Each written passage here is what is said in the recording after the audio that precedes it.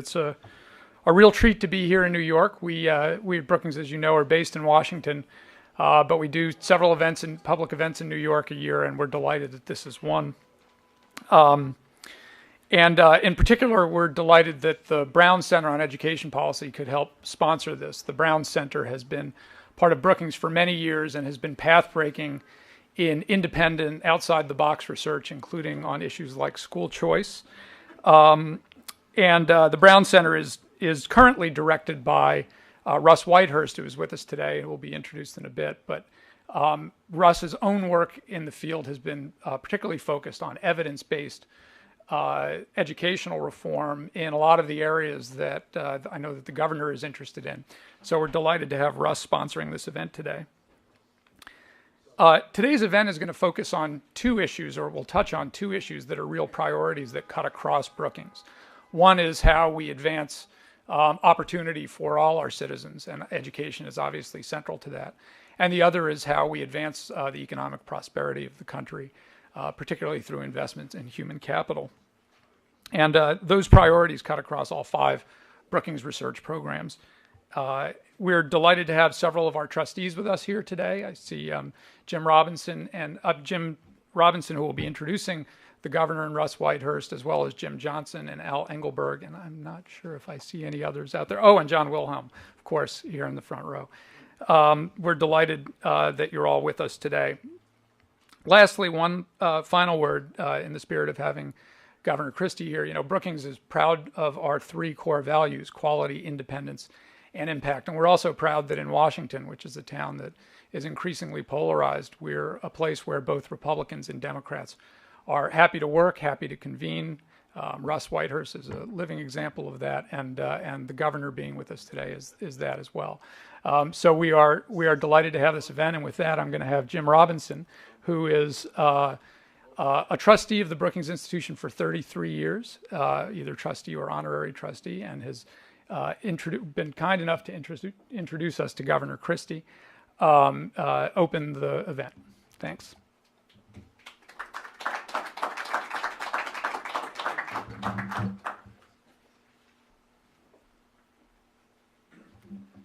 Well, good morning, everybody, and welcome.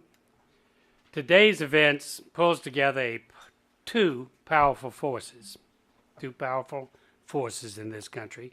And the first is the governor of New Jersey himself, the Honorable Christie.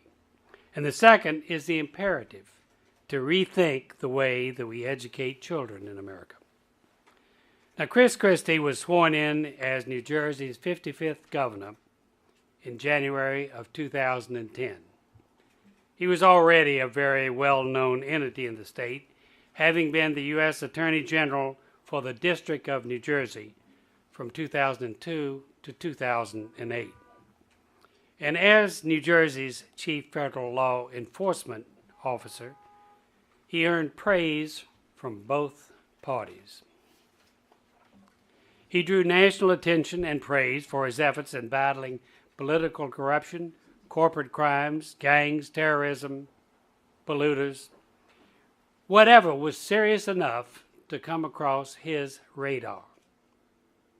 His office never lost a single case. One of Chris's finest moments was when he led the team that thwarted terrorist plans to attack the military at Fort Dix. He also earned widespread praise for standing up to the dirty practices of the political elite. His actions made it clear that stealing from New Jersey taxpayers or abusing power would not be tolerated. Today's event highlights one of the governor's top priorities, putting New Jersey's children first by challenging the system, big time. He will describe New Jersey's education reform efforts to create career-ready graduates with higher standards, efforts to provide room for innovation in teaching. The governor outlined his reforms last September, promising to move public education away from an antiquated, ineffective model that props up failing schools toward a system that demands accountability. We're also fortunate to have with us Russ Whitehurst today. Russ is the Herman and George R. Brown Chairman at Brookings and Director of the Brown Center, as Bill mentioned earlier. Previously, he was the Director of the Institute of Education Sciences at the U.S. Department of Education, and his specializations include program evaluation, teacher quality, preschool, and education data systems. Russ will lead the discussion with the audience after the governor's remarks. Now, before asking the governor to take the podium, let me add a personal note. Chris and I have a history going back about 6 years. We started off as adversaries. We ended up as friends.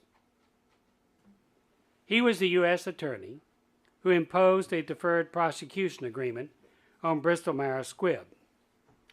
As a board member there, I became the non-executive chairman for 3 years as part of the agreement. And over those 3 years, I had the opportunity to get to know Chris very well. I saw firsthand from him how firm, pragmatic, tough yet fair this man can be. He listens, he quickly understands the issues, whether business, political, or public policy. He is very direct, and he makes things happen. He's a man of great principle, a man for whom I have the highest personal esteem. Chris, the stage is yours.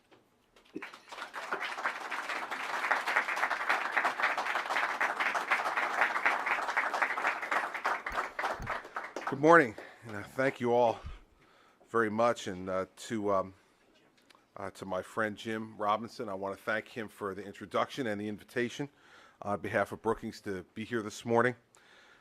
Bill Antholis, the Managing Director of Brookings, thank you for giving me a forum to speak today, all the guests who are here and members of Brookings, and also want to acknowledge my Education Commissioner who is here as well, Chris Cerf, who is a veteran of school reform fights here in New York City under Chancellor Klein and Mayor Bloomberg, and now comes to the right side of the river to try to see what he can do in New Jersey as a New Jersey resident to help me reform an education system that is in bad need of real reform. Let's talk first about what this issue really is and what it isn't. This is not an issue about attacking teachers. This is not an issue about saying teachers are bad and need to be thrown out of schools. This is, in fact, exactly the opposite. This issue is about, first and foremost, our children and how much those teachers who really are good and really care about education, how they can be empowered to teach those children and prepare them better for higher education or for a career. Now, everyone in America is acknowledging now this fight. You've seen it manifest itself in a number of different ways, whether it's the movie Waiting for Superman or the movie The Cartel, whether it's Bill and Melinda Gates working across the entire country talking about why this is such an important issue, or whether it's the President of the United States who is speaking, I believe, strongly and firmly on this issue of education reform. This is an issue that should not have with it a party divide, a partisan tone, or a zero-sum result. Everyone can turn out to be winners in this discussion if we do what we need to do, which is to put aside the feelings of adults and put forward the needs of children and the next generation of Americans who will lead this country. So we need to understand first that the issue is much broader and much more important than any one particular political party. And you also have to understand then when you're assessing the issue, well, who could possibly be opposed to this? I mean, in the end, what we're talking about is trying to provide accountability, real accountability, for, if you want to phrase it this way, the production of a better product for the United States of America.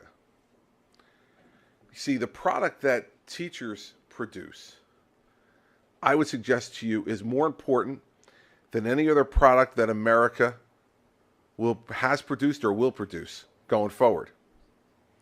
Yet we don't seem to be thinking about this in those terms. At least some folks don't. Now, I've been speaking very clearly and frankly over the course of the last few years about this issue, and I want you to understand why it's personal to me. I was born in the city of Newark. My parents were lifetime Newark residents. My grandparents were lifetime Newark residents, and my great-grandparents immigrated from Italy to Newark. Newark had been the center of my family's existence on both sides of our family, my mother and father, going all the way back to the time when their grandparents entered this country. But when I turned 5 years old in 1967, my parents made a fundamental decision. They decided that my dad, who was working during the day at the Breyers ice cream plant in Newark and putting himself through college at night at Rutgers, and my mother, who was working to help support paying his tuition, decided that the school system in the city of Newark in 1967 wasn't the type of school system that they thought would give their oldest son the best chance to be everything that he could be.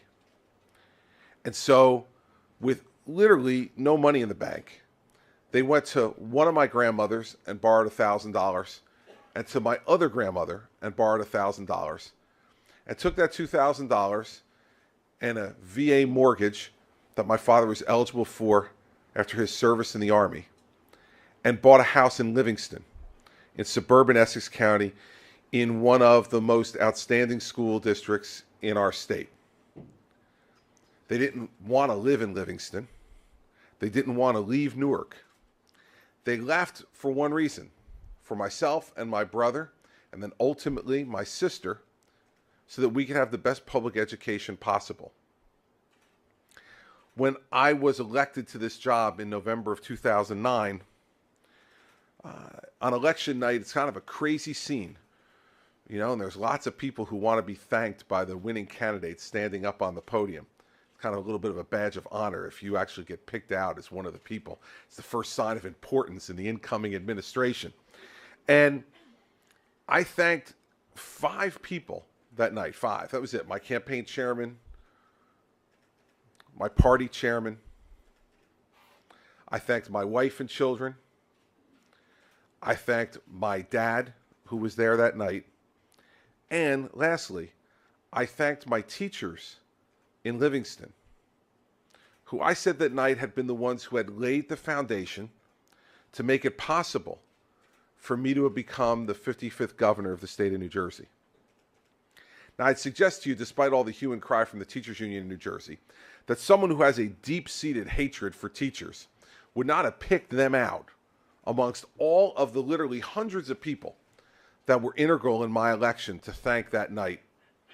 And that all the work by some members of the media to try to put me on the couch about what happened to him in elementary school, you know, that he's so angry, you know, would have thanked his teachers if some traumatic experience had in fact occurred. See, it's personal to me because I know this, and I know this in my heart for certain. If my parents had not borrowed that $2,000 and moved me to Livingston, I would not be standing here. If I had gone to school in the city of Newark, I would not be governor. It's that simple.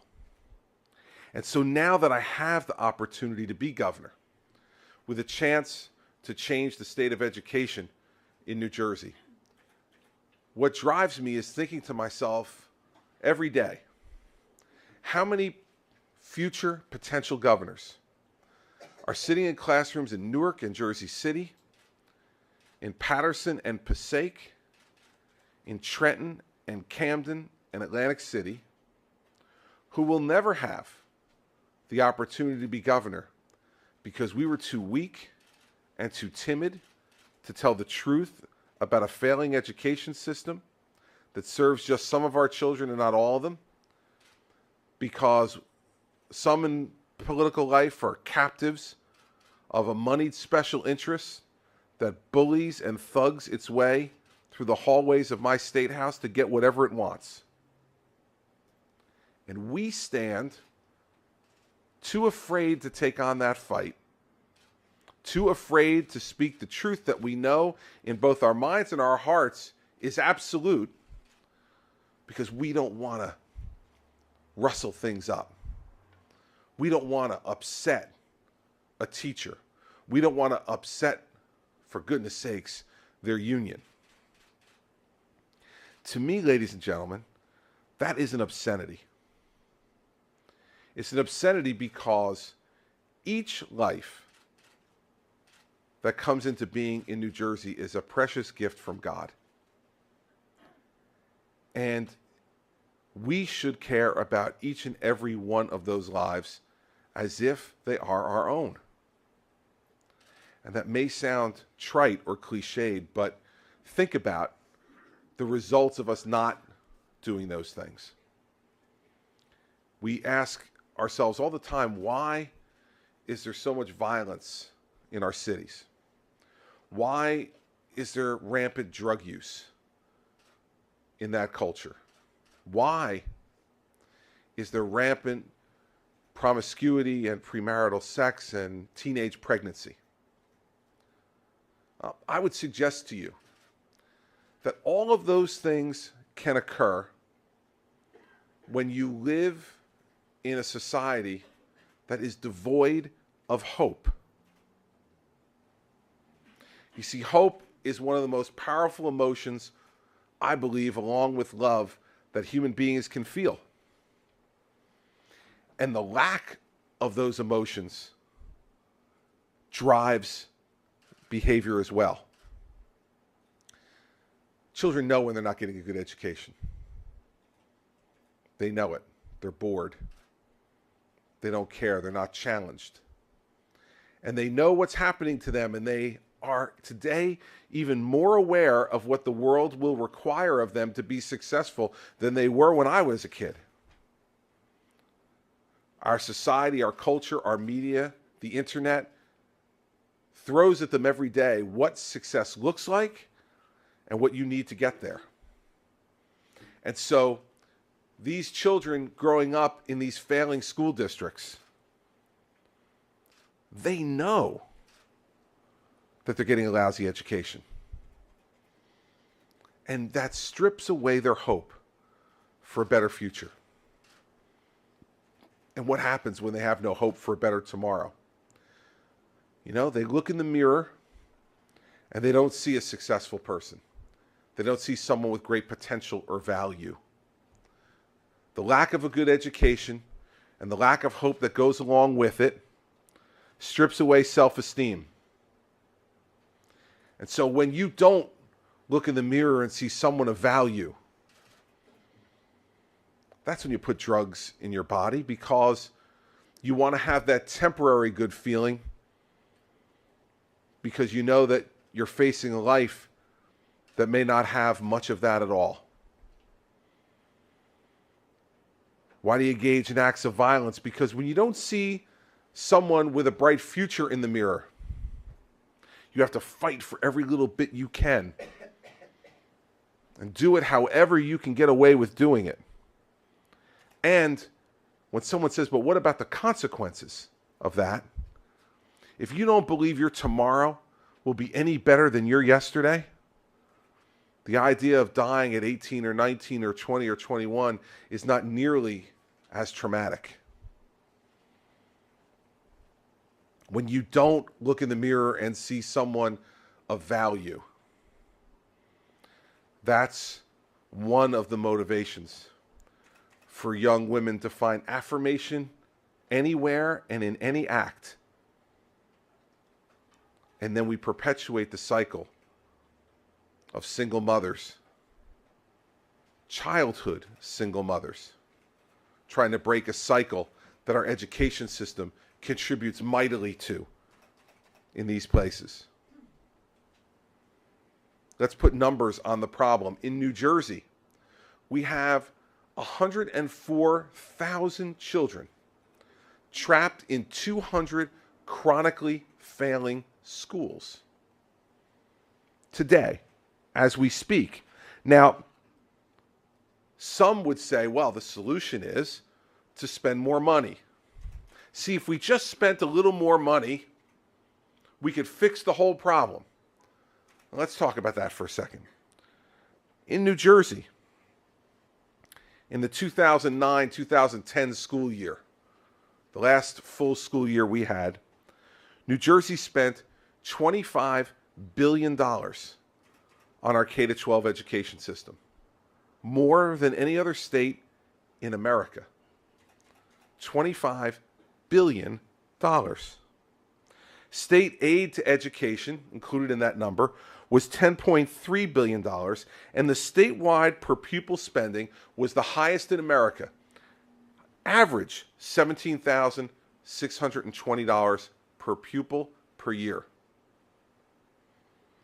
Overall education spending in New Jersey has increased 343% from 1985 to 2012. With state aid in our 31 neediest districts, these failing districts, nearly doubling as a percentage of the total state budget during that same period. Today in New Jersey, we have 588 school districts. 31 of them get 59% of the state aid. The other 557 get the remainder. $4.5 billion in state aid just to 31 districts. And what are those districts producing? In Asbury Park, where we spend $33,000 per pupil per year. Less than 50% of the students in Asbury Park are proficient in 8th grade math. In the city of Newark, where we spend $24,500 per pupil per year, you have less than 50% of the students who can graduate. And of the 50% who do not get prepared to take any bows, because the overwhelming majority of them don't deserve the diploma they get handed. And the county colleges tell us that when those students come to go to community college, that they need at least a year of remedial coursework to qualify to even sit in a college classroom. And for this, we're paying $24,500 a year. And now our Supreme Court has before it the question of whether another $1.6 billion will be the final straw that will tip us into raging success. Well, let me ask you a question. Isn't the definition of insanity doing the same thing over and over again and expecting a different result? If $25 billion doesn't fix the problem, what is another $1.6 billion going to do to fix the problem? Don't be fooled by the argument that this is a financial problem. You see, that's what the educational establishment, the teachers union, those with a vested interest in this business. And when you're at $25 billion, you're a business that people are making a profit off of. Don't let them fool you into thinking that they have the children's interest first, because they don't. You listen to numbers like that and you understand why taxpayers in New Jersey are angry. You understand why parents in failing school districts are angry, because here's the answer we give to a mother or a father who has a child in a failing school in one of these 31 districts. We say to them, listen, we know you don't have the money to send your child to another school. We don't want to open up any more charter schools that can innovate and provide a better education, because that competes with the regular public schools. I had a conversation with a teacher just the other day with the commissioner who said, why are you getting charter schools that take money away from us? I'm thinking to myself, it's not your money in the first place. Who told you it's your money? It's the money for the children, not for you. We tell them no charter schools, no school choice. And by the way, we're not going to do anything to change the conditions in your school except send your administrators more money and hope that somehow magically that fixes the problem. And our final counsel to them is, wait, it'll get better. Well, I'll tell you this. I have 4 children between 7 and 17. And I know this much. If they have one bad year in school, unless we're paying to get them tutors to help them catch up, they'll never catch up. You have a bad 3rd grade, you're going to have a bad 4th grade, and a bad 5th grade, and a bad 6th grade, because you're going to be further and further and further behind. So I've had some people call me emotional about this issue and call me impatient. You know what? I think this situation demands impatience. I think we've had too much patience while we've watched the American school system fall behind almost every other modern industrialized nation in the world. If you think that all of us in this room, the old people, that we're going to be able to sustain America forever based upon the great education we got, the clock is ticking. And time is running out. And whether we want to face our own mortality or not, it's coming. And who are we leaving to keep America the greatest nation in the world? The kid in Asbury Park who can't do 8th grade math? The kid in Newark who's got a diploma that's worthless? I don't understand why people don't have an understanding of this issue that then drives them to action. Well, when people elected me in November of 2009, I don't know if they knew exactly what they were getting, but if they listened, they did. If they watched me for the 7 years before I became governor, they did. I have no interest in marking time in this job. I have no interest in this job to get another title. I got plenty of titles already. I was U.S. attorney. I'm a lawyer. I'm a husband. I'm a father. I'm a son. I'm full of titles. Governor's a nice one, but I could have done without it. It's time for us to move. And I suggest one other thing on the politics of this, that I'd suggest to you in a state like mine, only a Republican governor can do this. And here's why. Democrats, in this instance, are too beholden to the special interests which drive the stopping of this debate and discussion. The Democratic Party in my state has been a captive of the teachers union. And so we know that the greatest harm is happening in urban districts. And, you know, some of my party say to me, why do you care? Get about 25 votes out of those cities. I mean, what's the difference? The people who vote for you are in the suburbs and on the farms in New Jersey. The same way that Richard Nixon was the only one who could go to China, you need to have a Republican governor who's going to go in and say, I care about those kids.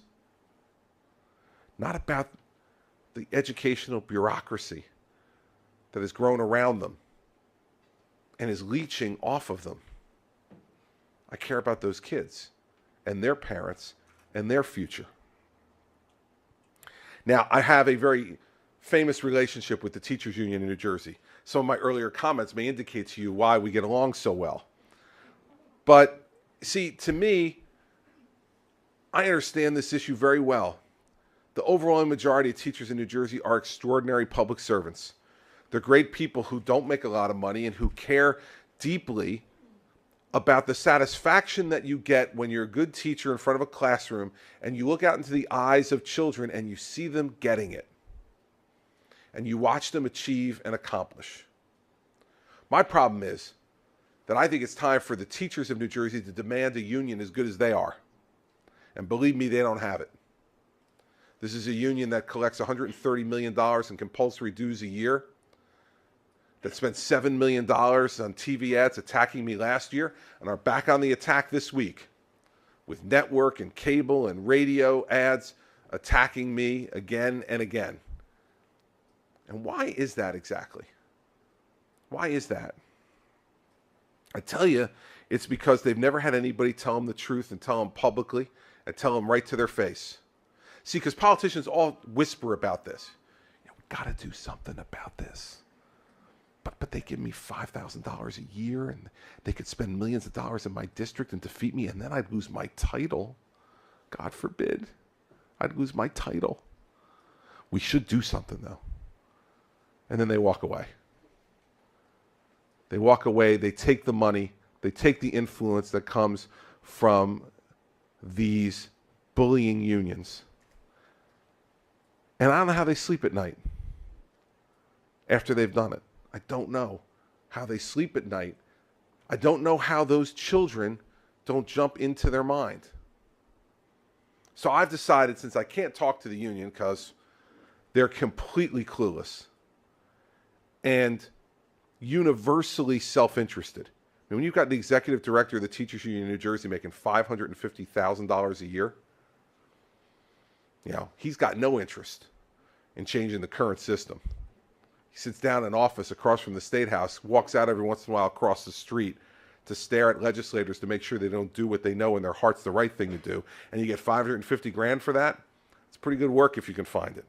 So they have no interest in changing this system. So I've started to go out with the education commissioner and meet teachers directly over the last couple of months. No union representatives in the room, no members of administration in the room, and most importantly, with no disrespect to the folks in the back of the room, no press either. Because I want to hear directly from teachers, and I want them to hear directly from me. And what I've found in these conversations is there's not one teacher who doesn't understand that we need to reform this system. They all know it. And I understand there's fear that goes along with change. There always is. Real change brings real fear. But we can't allow that fear to stand in the way. Stand in the way of us developing a better future for the kids in New Jersey and the kids across this country. And so from these meetings that will continue for as long as this issue remains important, and I suspect that'll be the rest of my governorship. I'm going to continue these meetings, and I suspect I'm going to continue to hear the same thing. I had one teacher who said to me, I'll make whatever sacrifice I need to make if I'm convinced that it'll make the kids in my classroom learn more. I had another teacher say to me, I don't know why my union is so afraid of accountability. I'm happy to be held accountable. Now, that's the kind of people that we want to work with. And that's what brings me here this morning to talk about changing the way we do everything in education. The root cause of these problems, I believe, is evident once you know what, through every independent, valid study that's ever been done, is the most important element in a child learning. And the single most important element to a child learning is an effective teacher at the front of the classroom. Every study has shown that there is no greater influence. There are other influences, of course. The use of technology, the child's background, their home situation, they all contribute. But the single largest factor is an effective teacher at the front of the classroom. So if we know that, then shouldn't our first goal be to make sure we have an effective teacher in the front of every classroom? So that's why tenure reform is an absolute necessity. The Teachers Union in New Jersey will tell you that the tenure system as it is now is just fine. And really the only tweaking that needs to be done is that when there's a tenure appeal, it should no longer be in front of an administrative law judge. It should be in front of an arbitrator. I mean, talk about rearranging the deck chairs on the Titanic. Let me tell you about the tenure system in New Jersey. Over 150,000 teachers in New Jersey each and every year. For the last 10 years, you want to know how many teachers have been fired for incompetence in New Jersey? 17. 150,000 teachers a year, every year, 10 years. Do the math. It's 1.5 million teacher jobs being evaluated or not every year. 17 have been found to be incompetent. It defies common sense. It makes lawyers and doctors look robust at policing themselves. I mean, seriously, we just bar a whole lot more lawyers than that, and we take away medical licenses every year from a lot more doctors than that in a year, let alone in 10. That's less than 2 teachers a year for 10 years in a state that has 150,000 teachers. Why is it that we're going to allow teaching to become one of 2 professions left in America that has no reward for excellence and no consequence for failure? You, of course, know that the other profession I'm referring to is weathermen. Where you turn on the weather on the 11 o'clock news, they tell you what it's going to be tomorrow. They tell you it's going to rain. You get the raincoat, you get the umbrella, you go out, it doesn't rain. That SOB is back on TV the next night. Oh, the storm blew this way and went that way, and there was a high pressure system that pushed it. You were wrong. What are you still doing here night after night? I mean, that's a relative inconvenience in our lives. The fact that incompetent teachers remain at the front of classrooms in our state is much more than an inconvenience. It is a tragedy, and a tragedy with consequences. Now, when you go to the teachers and you say you want to reform the tenure system, you go to the union, so you want to reform the tenure system and you want to hold teachers accountable, here's what they tell you. It's too complex. It's too complex. You can't understand how to evaluate a teacher. It's too complicated. You need your PhD in education to do that. It's much too complex. See a lot of faces out here who I suspect either have children in school now or have had children in school over the course of your life. How many weeks does it take you to figure out whether your child had a good teacher or a bad teacher? Like, once you leave back to school night, isn't the verdict pretty much in? Right? You pretty much know, and most of the time you know before. Because when they tell you, you say, oh, my daughter got Mrs. Smith, and they go, ooh, good luck. Have a good year. I have a good math tutor that I could suggest to you. Or when you say, oh, my daughter got Mrs. Jones, and the smile comes across another parent's face, and they can't stop talking to you about Mrs. Jones. They can't stop. She's wonderful. She's great. My children loved her. She was wonderful. They learned so much. They enjoyed going to school. She communicated to us. She told us when there were problems. She was great. You can't get them to stop talking. Yet the teachers union will tell you, much too complex. Much too complex to evaluate this. Those are the words of the self-interested obstructionists who care more about serving themselves than serving these children or the public. It's as evident as anything could possibly be. And if anyone tried to do this in any other business, you'd laugh them out of your office. Hi, I'd like to work for you. Good. Well, this is the way we do it. We give you a job to do, and then we evaluate your performance. And if you're doing well, we give you more money, and we keep you here. Maybe we give you a promotion. Oh, no. See, with my job, sir, imagine saying this to Jim Robinson when he ran American Express, right? I go to Jim and I say, Jim, listen, I understand you normally do that, but see, my job's so complicated that you can't really effectively evaluate me. So, Jim, here's what you have to do. You have to keep me for the rest of my life, and you have to give me 4 or 5% raises every year. And I know some people will tell you I'm awful, I'm doing my job, and you may even tell me you have some metrics, that prove that to you. You just are misunderstanding them, Jim. And so when you hire me, Jim, at American Express, what you need to understand is I got a job for life, whether I'm good or I'm bad. American Express would have been out of business in 10 years. Yet, that's the way we run our public education system. That's the way we run it. I'll give you another example. Let's say since I know these two guys, these are my two teachers in my class. I'm the principal of an elementary school, and Chris Surf and Jim Robinson are my two teachers that teach third grade. And I evaluate them at the end of the year. I bring them in. I say, Chris, you've done a fabulous job. Parents love you. Your kids really achieved, not only on the test scores, but also on every other way we measure student achievement and accomplishment. They've done a great job. You come to school early. You leave school late. You stay with these kids. You help them. You tutor them. You never complain about it. You're always trying to figure out new ways to develop your lesson plans to make them speak to your kids, and they do a fabulous job. And then we'd like you to come back next year, and we'd like to give you a 4% raise. And we turn to old Jim here. We say, Jim, you're a disaster. The kids don't like coming to your class. You're using lessons plans from 30 years ago. You don't use any of the new technology we give you because you don't understand it. We try to send you to learn about that new technology, and you don't go. When the parents email you, call you, come in to see you, you tell them you don't have time. You come in right before the bell rings, and you leave right after it rings.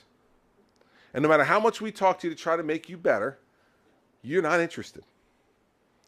So, Jim, we'd like you to come back next year. We'll give you a 4% raise. You know why? Because we pay them based on seniority. If they fog the frosted mirror, they get to stay and they get a raise. And when they get to a certain number of years, they get a bigger raise. And we don't care whether they're good or bad. And if they're really bad, you know what I do? I go to you and I see your principal in the other elementary school. I said, do I have a teacher for you? This Jim Robinson, ooh, he's special, right? And we try to get Robinson the heck out of our school and dump him on this guy. Because for God forbid, we can't fire him. That would cost me hundreds of thousands of dollars that I'd lose anyway. I mean, are we crazy? Do we understand that that's why our schools are behind Finland, are behind every other industrialized country in the world? That's why. So let's talk about what we need to do. We need to reform the tenure system. And we need to set up a system where first teachers believe they're being effectively and fairly evaluated. So it's not a perfect science. Teaching, I hear the commissioner say this all the time, teaching is a craft. And it is. It's a craft. You have to adjust to the new set of students you have, the new technology that comes into effect that you can use. It is not a science, it is a craft. So we have to use multiple measures to evaluate teachers. And what we proposed is something that's, I think, simple and straightforward and easily understood. That 50% of the evaluation of every teacher should be student achievement and performance. Now, let's stop right here, because this is when the teacher will say, oh, he wants to do it by tests. Well, my proposal is very clear about that. We say it can't just be test scores. Test scores are important. They're important to see as a baseline. But we also have to look at the other ways we measure student achievement, grades, and participation, and advancement from grade to grade. Each school district should look at the way they measure those in addition to the test scores. So first half, you have student achievement and performance. Second half is teacher practice. That's the craft portion of this program, to address the things that teachers are rightly concerned about. The test scores are not going to evaluate every teacher. How do you test the music teacher? How do you test the art teacher? And don't you have to test the special education teacher a little bit differently than you need to test the child who is in a mainstream class and evaluate the teacher who teaches that mainstream class?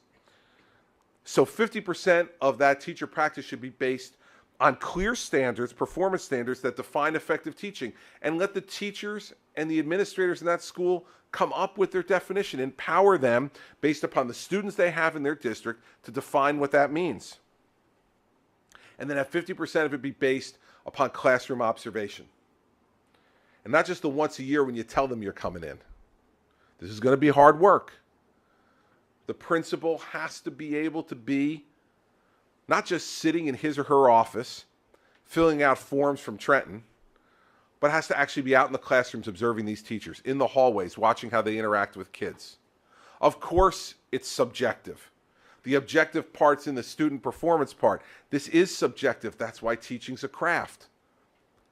And if they don't trust their colleagues to evaluate themselves, then who are they going to trust? Not us, because they've already told us that it's too complicated for us to figure it out. So I assume it's not too complicated for another teacher to figure it out.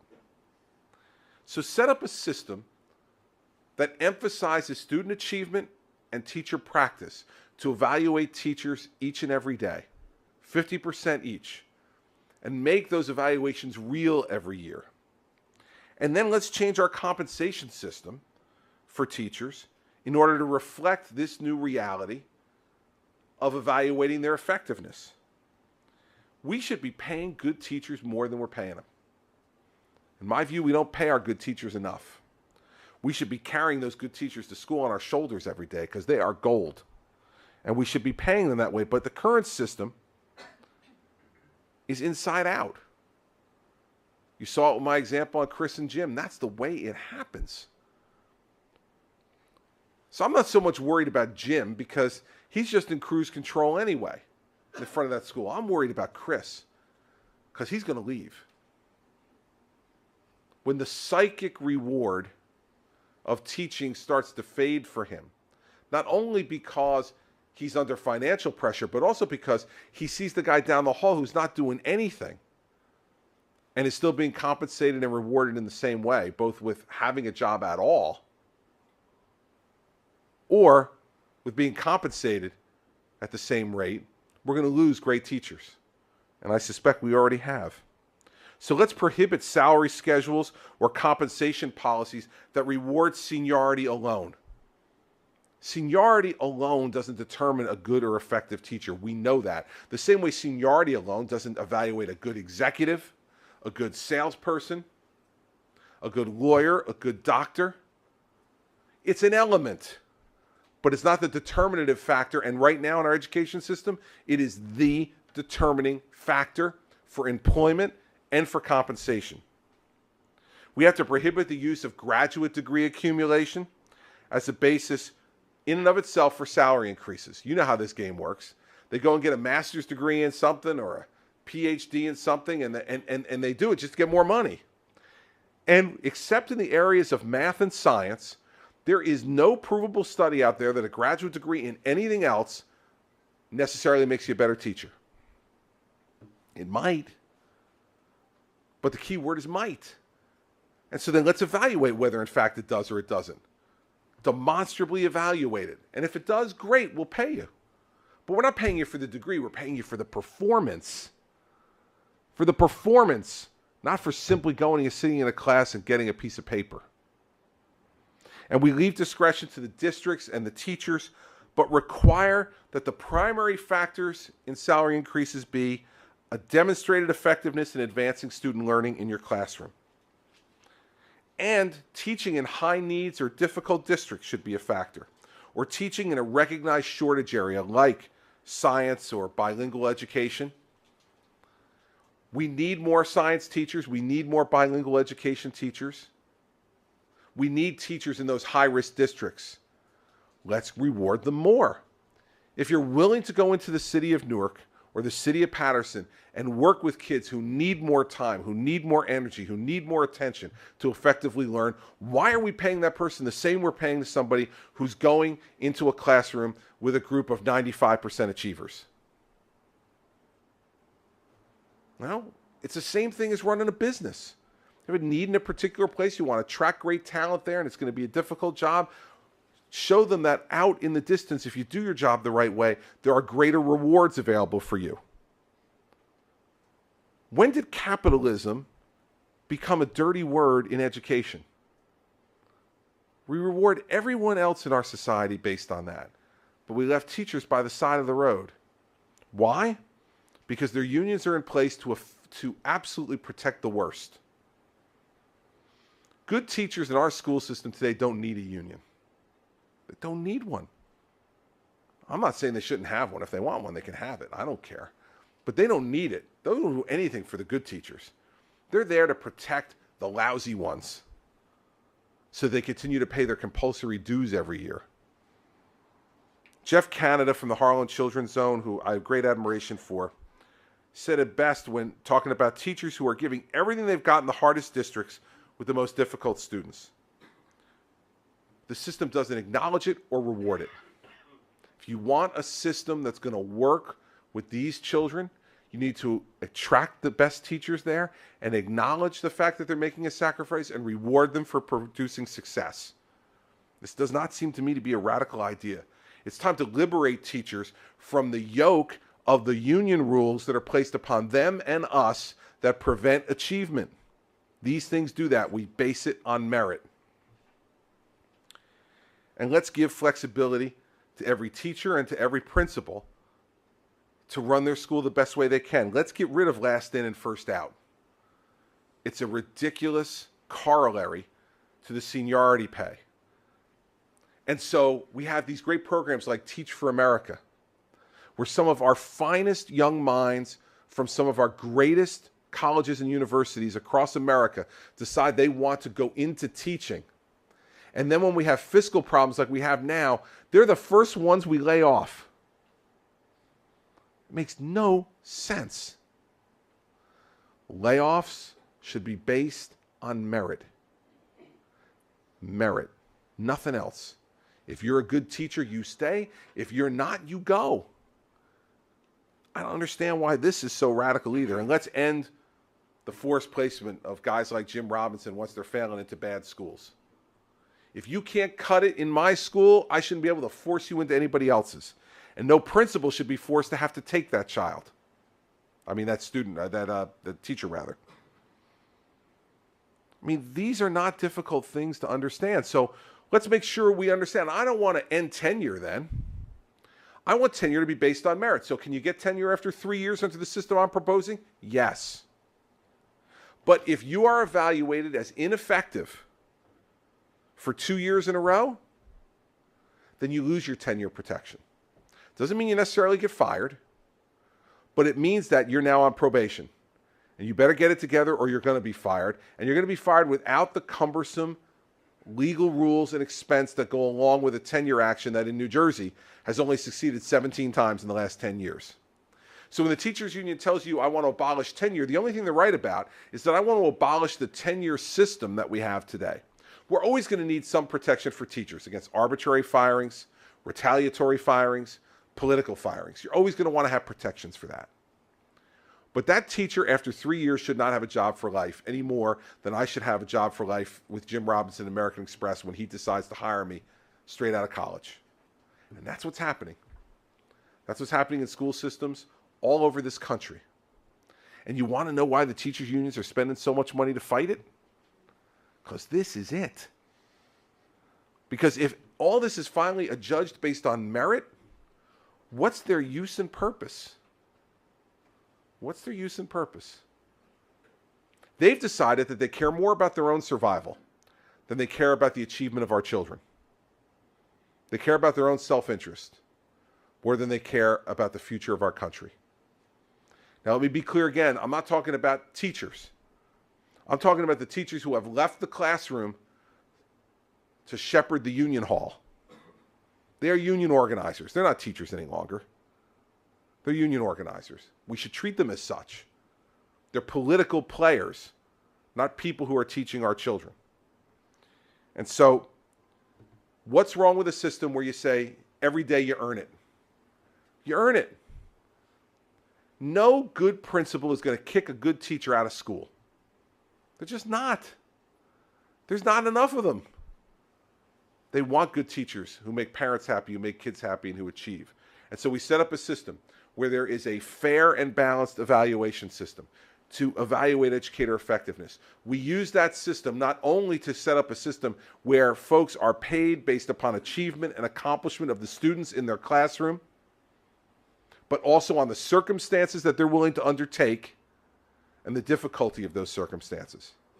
And then we set up a tenure system that says we will reward and protect those teachers who are judged every year to be effective. And those who are judged to be ineffective will get a chance to fix their problems, and if they don't, they'll be fired. I think all of us in any business we're in would sign up for that deal, wouldn't we? I mean, you know, we all should be treated so well. And have a union then to protect us in case there's arbitrary firings, retaliatory firings, or political firings. We should only be so lucky in the corporate world to have that kind of setup. This is not about attacking teachers. This is about building a system that celebrates teachers and rewards them based upon their accomplishment. So, in the end, this is about giving kids a voice in their future. It's about giving parents an opportunity to empower their kids. And in the end, that's what we want as adults, to make ourselves a better country and to make our children's future everything that it can possibly be. Now, I hope everyone wants to have the experience that my wife and I, who's here with me this morning, are currently having with our oldest son. He's going around, he's a junior in high school now, and he's going around, he's looking at schools. And we came out of a college counseling meeting with him on Sunday, and the counselor was talking to him about his safety schools. Like, what are your safety schools? We know what your schools you want to go to are, but what are your safety schools? You know, he looked at us and said the place where we met and went to college is one of his safety schools. I mean, every parent wants to achieve that, right? The place that you strove to get into and got your education is now your safety school for your kid. That is the measure of accomplishment and achievement that I want every parent and every child to have the experience to have. That your child is getting a good enough education and achieving at a high enough level that he can look at you and say, yeah, where you went to school, if I have to. But I'd rather go to someplace better. I mean, that should be what we're striving for.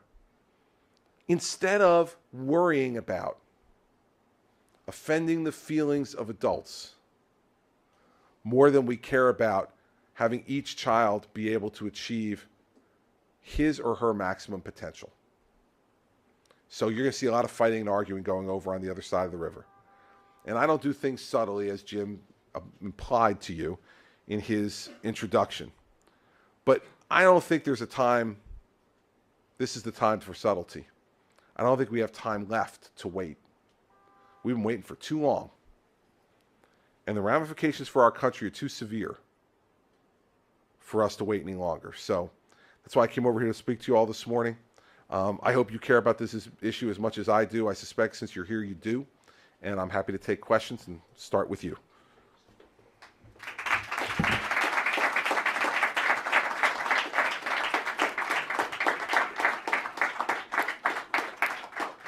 Well, thank you, Governor Christie, for an impassioned presentation. I agree with almost everything you've said. Let me ask you a two-part question, and it's a low-level and a high-level question. I think they're connected.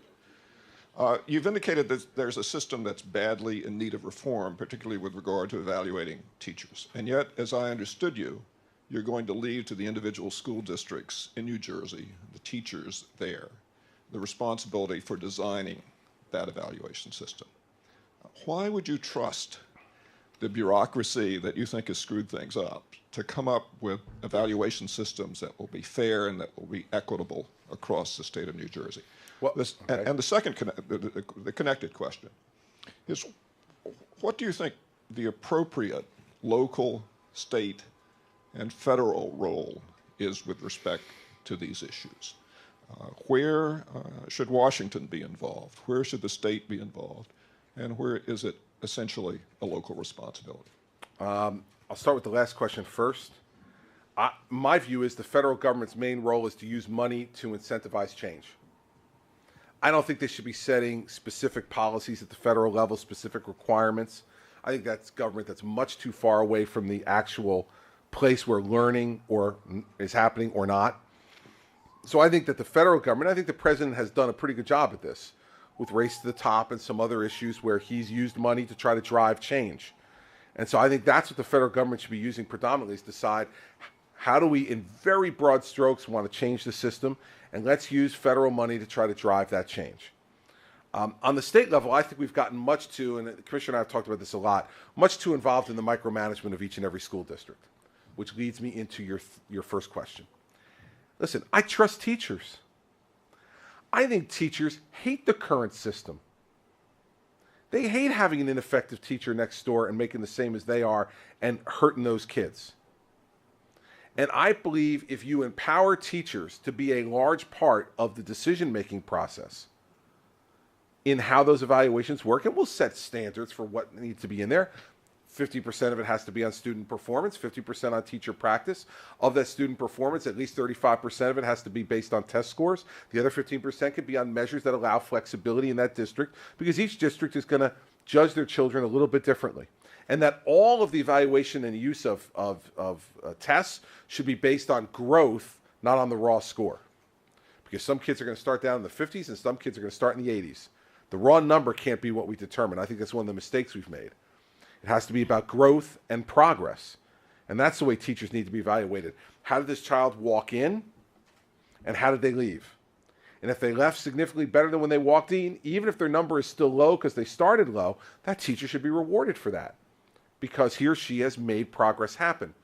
I think where we get in trouble on the state level is when we dictate to them every term of this, because then they're not empowered to be able to give the kind of innovation that we need to be able to have each school district deal with their particular population. What needs to be done in Short Hills, New Jersey, Milburn Short Hills, is significantly different than what needs to be done in Patterson. And we should empower folks, but in the end, I think the theme throughout this entire talk, I hope, has been about accountability. You got to be accountable for results. And if you're not accountable for results, that's where the state has to come in and provide the penalties for lack of accountability. And so I want to empower teachers to be part of it. I think that will lower the fear level a bit. But remember, even implied in your question is a conflating of teachers and the union. I don't trust the union to develop these rules. In my plan, the union will have nothing to do with developing these rules. The teachers in the individual districts will have to do it. The union will play no role in trying to do it. And I think that's where maybe the disconnect is a little bit. Other questions? Yes, sir, in the back. There's a microphone coming for you. Thank you. I thought your comments were very comprehensive. And how are we going to succeed as a country when our kids are going to school 180 days a year? We're still in an agrarian school calendar, as if my kids are going to bring in the harvest next week, where kids in Singapore, in Zurich, in Stockholm, are going 225 to 260 a year. You know, how is it that, you know, we think the American dream is, you know, 2 acres and a nice house, whereas in other parts of the world, they're investing in their kids' education, in private tutors. And the American dream, their legacy, is how prepared they've made their children for this 21st century world. How do we compete in just the difference in school year? Mm-hmm. Well, listen, I think it's a really good point. And one of the things that charter schools are doing pretty well, because they're not under the same restrictions, is they're doing longer school days and longer school years, and many of them are showing achievement as a result. Now, some of that's based upon the environmental differences in some of these districts. You know, I had one charter school principal in Newark say to me, I'm not letting my kids out there in June and July in the middle of the summer in Newark with nothing to do all day, with parents who are working. That's a recipe for them not to come back. So some of it has been charter schools. Remember what charter schools were set up to be. Let's remember, first, charter schools are public schools. They're not private schools, they're public schools.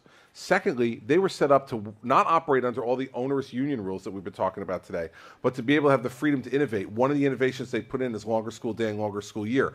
But part of the deal with charter schools was we were supposed to take what we learned from charter schools and apply it to the broader system. Why don't we do that? Because union rules and union contracts block our ability to do that. And so you want to know why we don't have a longer school day or a longer school year? Because the first thing the commissioner goes to the teacher union and says, how about a longer school year? The first thing they're going to do is this. Pay me more. How about a longer school day? Pay me more. Without accounting for the fact that current teacher salaries aren't annualized. They like to say the average teacher makes $60,000 a year in New Jersey. That's on a non-annualized basis, of course. That's for 180 days of work. When you annualize that salary, it looks a lot better. But they don't want to talk about that because that would take the mask off of what they're doing. So the problem that you point out is a real problem, and one that I think we could improve by having a longer school day and a longer school year. But we spend $25 billion as it is. If the attitude's going to be from the teachers union, well, if you want us to work in June or July, or you want us to take less holidays, then you're going to have to pay me more. We're going to bankrupt the system. So, this is the fundamental fight. A lot of people can say, why are you fighting with the teachers union? Because everything that we do, from tax policy to fiscal policy to education policy, is hamstrung by the chokehold that the teachers union has on the politicians in this country. And that's why I'm really proud of the president in this area, because he's having his own Nixon to China moment, going after the NEA, because they're with him in the main. And he's got to continue to push that, and so does Secretary Duncan, in my view. And I think if we work together on those kind of things, Republicans and Democrats, then we can actually eliminate that chokehold. But I think your observation on longer school day and longer school year is absolutely right. Yes, sir, up here. Two quick unrelated questions. The first one is, what can corporations do to help you affect your vision? And the second one is, a lot of money is spent on special education, which I applaud, but it seems to be even less effective than the mainstream money that is spent. Do you have a vision for how we can make those expenditures more effective? Yeah, on the first issue, I think that the corporate world and the philanthropic world are doing a lot to drive change right now. Whether it's the Bill and Melinda Gates Foundation, most famously, or the Mark Zuckerberg gift that was given to Newark of $100 million that's going to be helping to drive change in Newark, or the dozens and dozens of other people that I can't begin to mention who are driving change. I think the corporate world and the philanthropic world can be a driver of change because, again, some of the arguments about money, when you have money helping to drive change and non-taxpayer money, that gives the union and others a lot less standing to be able to object to it, because you're not draining money. Why are you draining my money, like the teacher said to me in the teacher meeting? Why are you taking my money away for charter schools? Well, this isn't that's not her money to begin with, but you don't even have to get to that argument if we have private and philanthropic help to try to drive change, but they should demand accountability, as they are, for the money that they wind up putting forward in trying to bring change to the system. Secondly, on special education, one of the things we've been talking about in New Jersey is trying to centralize some of the delivery of special education a little bit more. You have districts all trying to figure out how to do this, and so we've talked in general, and this is in the very embryonic stages of our conversations, but about having in every county centers for excellence on special education, so we can bring together the best ideas. Because some of our districts, Chris lives in Montclair, and Montclair is famous for being one of the districts that deals with issues like autism and other developmental disability needs as well or better than any district in New Jersey. What are they doing in Montclair that's so great? And should we have to replicate that in 588 school districts with the expense that goes along with it? Or can we set up centers for excellence in every county, which will allow people to be able to access that without having to move? I can't tell you how many people move into places like Montclair and others purely because they have a child with developmental disabilities. And so, one of the ideas that we're batting around is setting up centers for excellence, trying to bring all this talent together in a centralized place and be able to, as a result, get certain economies of scale that will help with the cost of it and make the whole cost effectiveness ratio look a little bit better than it looks right now. Yes, sir. Governor, first off, thank you very much for taking on what I view as the most important domestic policy fight in the United States. You referenced the movie Waiting for Superman in your remarks. I happen to be fortunate to live in an affluent town with very good schools.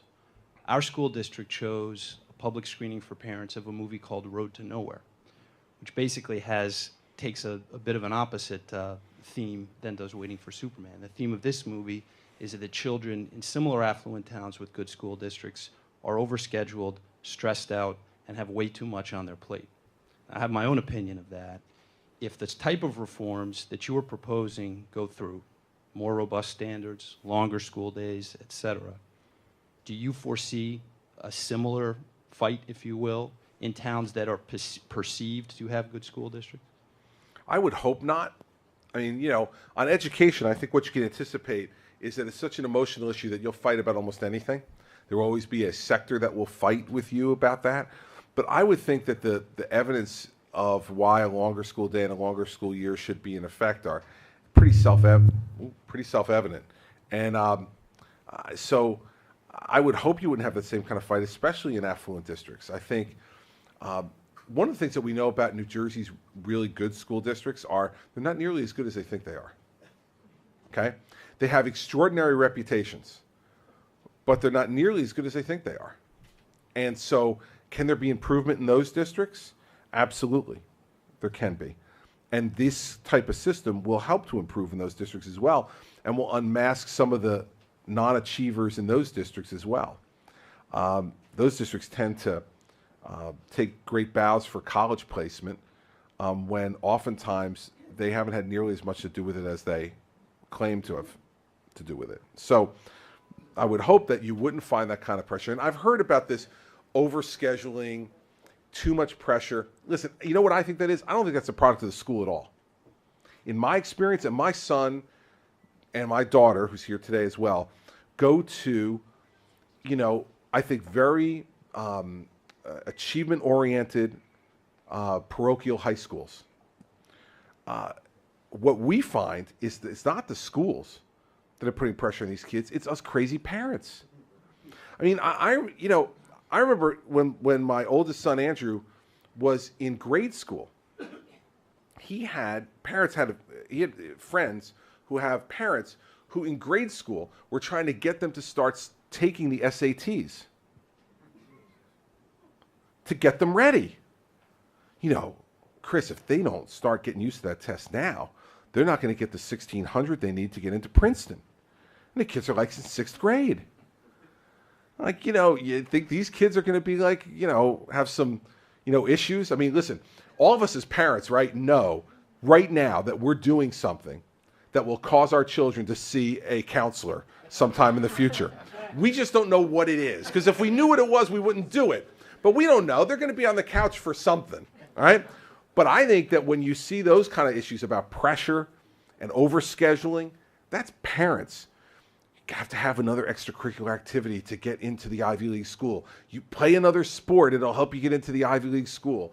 You know, take another AP class, it'll help you get into the Ivy League school. I mean, I think that that pressure is not something that principals and teachers are putting on kids. In fact, I find in my children's schools that they're trying to take that pressure off them, and that they're trying to talk parents in off the ledge about this process and say, like, take a deep breath, okay? Is there a huge difference between your child going to Penn or going to UVA? Is their entire life going to be changed if they wind up going to, you know, Dartmouth or Boston College? Is their whole life going to be completely turned upside down if they have to go to Northwestern, you know, rather than going to Harvard? Because that's what we're talking about with these kids. We're not talking about going to a community college versus going to, you know, an Ivy League school. We're talking about going to Georgetown versus going to Yale. I think either way, if they study hard, they're going to be okay. So I think there is an issue on that, but I think we better look in the mirror on that issue. I don't think our schools are causing that problem. I think we're causing that problem. You know, the people who want to have the story that I told, which my son says, you know, our school is a safety school. Well, I mean, everybody wants to have that story. Hopefully we've done it in a way where, you know, he's not going to be on the couch about that, but, you know, we'll have to see. But I think that's what that issue is all about. Can I tell my wife you said that? Yes, you can. I could take one more question. This guy right over here near the wall. Hi, as a former New York City teacher and the head of a group of 2,300 teachers in New York that are fighting for many of the changes that you're talking about, one thing that I think was missing that I want to ask about is you said great principals or great administrators would never fire great teachers. How are you going to tie administrator evaluations in to teacher evaluations, in that if teachers are held accountable for their students' growth, shouldn't then principals be accountable for teachers' Absolutely, and I missed that part of the speech. I got so wound up on other stuff that I forgot to tell you about that part. Our educator, it's called our Educator Evaluation Effectiveness Plan, and it is to evaluate at the same time teachers and principals, because we do know that the other thing that determines a great school is having a great leader in the principal's office, and that it's really one of the indispensable parts of having a great school. And so we're also talking about setting up statuses like master teacher and master principal for folks who not only achieve that level based upon the accomplishment that they show in their school and the leadership they show in their classroom and in their school, but also to then be mentors to folks who also want to know, why is it that you're being as effective as you are? How did you get this designation? And what have you accomplished to be able to do it? So that was my fault. I completely missed that part of the conversation. But our task force that put together this plan made it very clear to us. And we had a task force of school superintendents, principals, teachers in both the public schools and the private and parochial schools. All of them came back and said that you cannot just evaluate teachers, you must evaluate principals. And that principals have to be covered by the same rules. That if the principal is not providing the leadership that's necessary, they got to get booted out too. And so there's no doubt that those are a inextricable pair. The teaching staff and the principals are an inextricable pairing. And if you have failure in one of those, you very well could have failure throughout the entire school. So thanks for reminding me that I forgot that part of it. And I'm glad to hear that you're fighting for those things, because there is this illusion, and I'll end with this. There's this illusion that the union really speaks for teachers. Now, the union speaks for some teachers. I will not deny that. But you would think that they do, because you say, well, why would they join if the union doesn't speak to them? Well, I don't know what the laws are in New York, but I suspect they're probably similar to New Jersey. In New Jersey, if you teach in a public school, you must join the union. And your dues are taken out in a compulsory fashion directly from your paycheck by the state and deposited directly into the account of the teachers union. But you can get out if you want. I guess I should be technically correct. You can get out, but if you want to get out, you have to pay 85% of the dues to get out. 85% of the dues to get out. It's like the Hotel California, right? You can check out anytime you like, but you can never leave. The teachers union gets 85% of the dues for you to quit. And then if you try to come to a teachers union meeting, they say, you're not in, you're not a member. Well, wait a second, I pay 85% of the dues. No, well, that's to be out. If you want to be in, give me the other 15%. And for teachers now, this is in New Jersey, $735 a year. They pay more for their union dues than they pay for their health insurance from the state. Think about the problem that creates. Okay, they're getting full family health insurance for near nothing. Near nothing. If you take an average teacher who's making $50,000 a year, they pay 1.5% of their salary for their health insurance. $750 for health insurance policy that costs anywhere between $18,000 and $24,000 a year. Taxpayers are paying the rest of it, and they're paying the same amount, just about, for their union dues. It's crazy. So, I believe, and these teacher meetings have really reinforced this with me, that teachers in the main know that the system is broken. They know it needs to be fixed, but their voices are being muffled and silenced in some instances by the people who represent them. It's an incredible situation that we've allowed to happen in our country. That it's the people outside the system who are trying to empower the teachers to speak their mind. And it's the people inside the system who are trying to quash the voices of their members because it doesn't serve their personal interests. And you ever ran a business like this, it would just be insane. And it's the most important business we have in America, in my opinion. It's how we perform, how our kids are going to perform for the rest of their lives based upon what they're doing in classrooms right now. So I thank Brookings for the opportunity to come and talk about this. We're going to be talking a lot about this over the course of the next year. I know that here in New York, Governor Cuomo is going to be talking a lot about it too. Mayor Bloomberg's already spoken a lot about it. This is an issue whose time has come. And it's time for us to force resolution of this issue, because if we don't, we're going to write off another generation, and that's something that none of us can afford. So, Jim, thanks for the introduction, the invitation. Thanks for Brookings for having me.